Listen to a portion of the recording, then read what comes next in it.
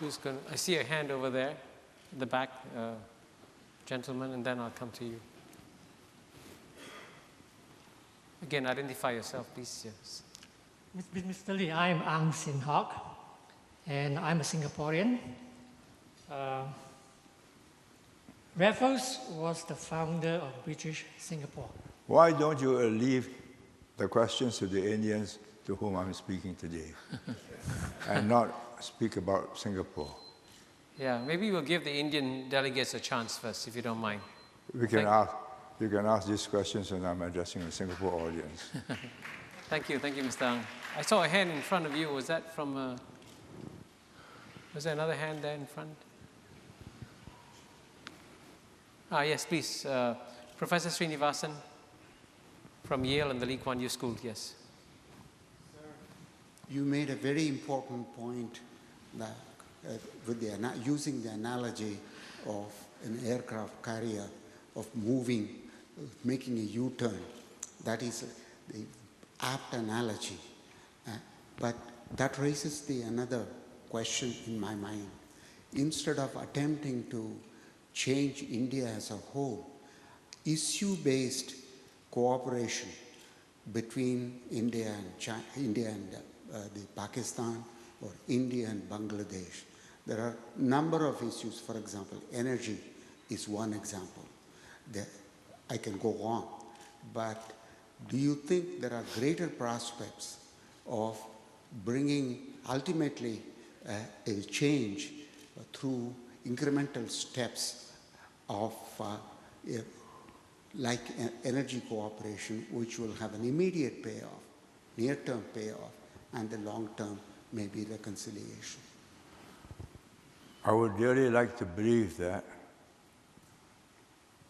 but my experience about 10 years ago in Pakistan, when I was invited by Nawaz Sharif to advise him, he'd been coming to Singapore when he wasn't Prime Minister. So when he was Prime Minister about 15, I think, years ago, he said, will you come and see how I can make a Singapore characteristics out of Pakistan. So I said, send your Treasury Secretary and I'll look at the budget. 40% of the budget goes to armaments, and less than 20% goes to education and welfare. Pakistan were to switch that around and does not believe that it's going to be at war with India at any second,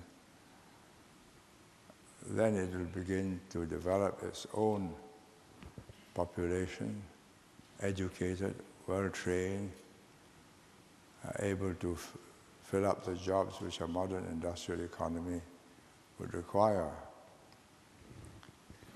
His answer was, please see the Indian leaders and tell them that. Now, the Indian leaders don't want to hear me, they want to hear from him. That he will cut down his budget on military expenditure to 20% and increase his social and education expenditure to 40%. And that is the problem. There are deep-seated suspicions as a result of several wars and an ever-lingering fear that there could be another war. So it's just wasted opportunities. Okay, Piyush, please. In front here. Yeah. Piyush Gupta, DBS Bank. So Piyush Gupta from DBS Bank. One of the fundamental tenets of the Singapore economic model has been that you created is openness to foreign capital and foreign talent. And Singapore, obviously, the South Asian diaspora has benefited greatly from this. Many have made Singapore home and has resulted in benefits both ways. Now, obviously, in the light of the recent elections, there's been a lot of angst about the role of this foreign talent and the ability to absorb it in the future Singapore. Do you have some views on, how big is this issue, how best we can address it as we work to build a future Singapore? No, it's not just the present elections. For some time, the Singaporean has felt competition from talented foreigners, or those they consider foreigners. But these are people who have come here to become our citizens. And I am a firm believer that the more talent you have in a society, the better the society will grow. If Singapore depends on the talent it can produce out of 3 million people, it's not going to punch above its weight.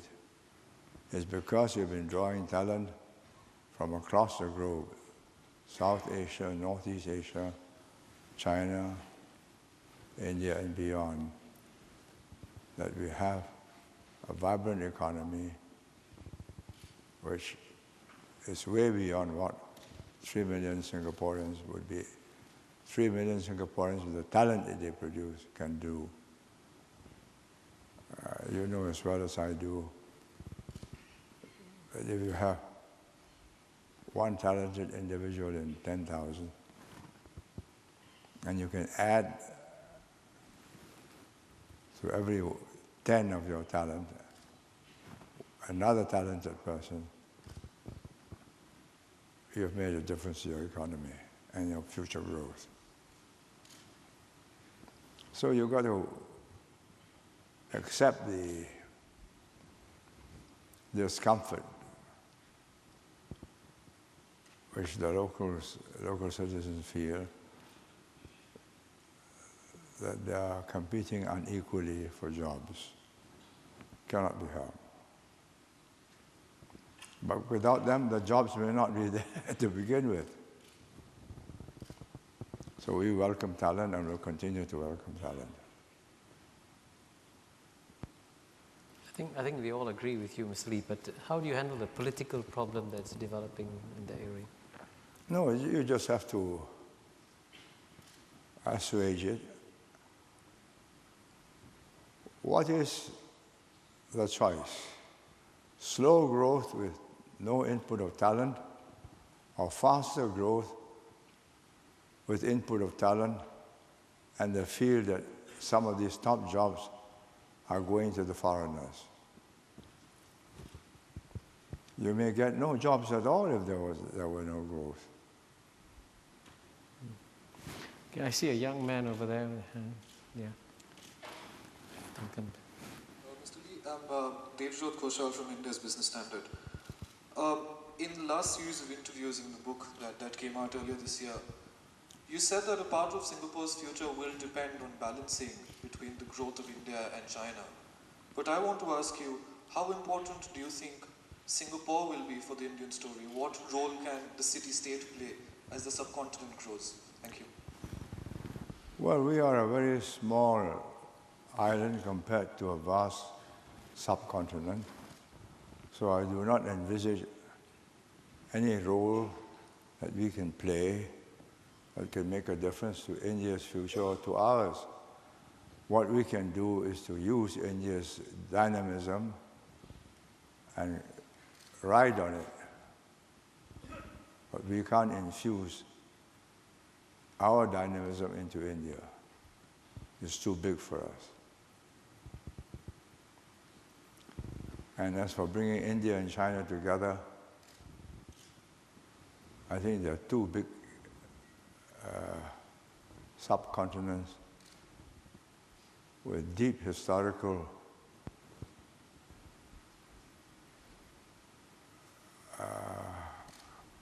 animosities or suspicions which we cannot resolve.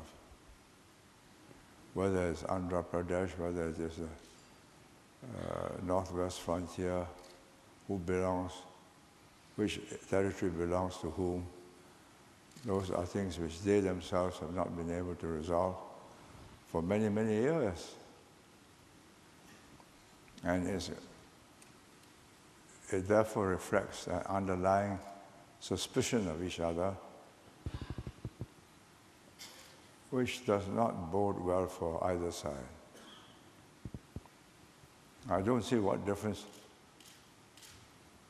a small piece of territory in the northwest being exchanged for a small piece of territory in the northeast can make much of a difference to the destiny of India or China, but obviously it does matter.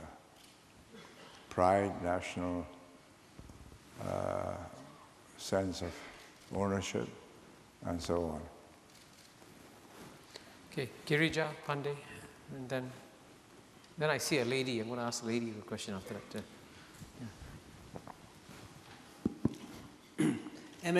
My name is Girija Pandey from the Tatas. I wanted to ask a question on the China issue. There is a lot of talk in the next 10 to 15 years as the Chinese economy powers ahead and the Indian economy grows as well. How do you see the balance of power within East Asia and South Asia? And what is the role that you envisage for the outside powers like the Americans and others to keep this balance and the growth going in Asia? I do not see the growth in China and India as one counterbalancing the other. China is facing the Pacific. India is facing the Indian Ocean. China considers its main rival for influence to be the Americans, not the Indians. The Indians consider the Indian Ocean their sphere of influence, and therefore they look askance at the ports which the Chinese have got the Burmese and the Pakistanis to give them, and the Sri Lankans to give them, which I think is a legitimate source of concern, because it predicts a future ambition to have a naval presence in the Indian Ocean.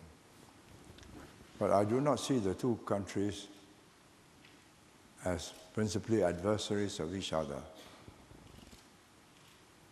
I think China is more focused on the US because it's the bigger partner for trade, technology, investments, which they dearly need. And therefore, that's where their attention will be focused, not on India. They just want to keep the Indians at arm's length.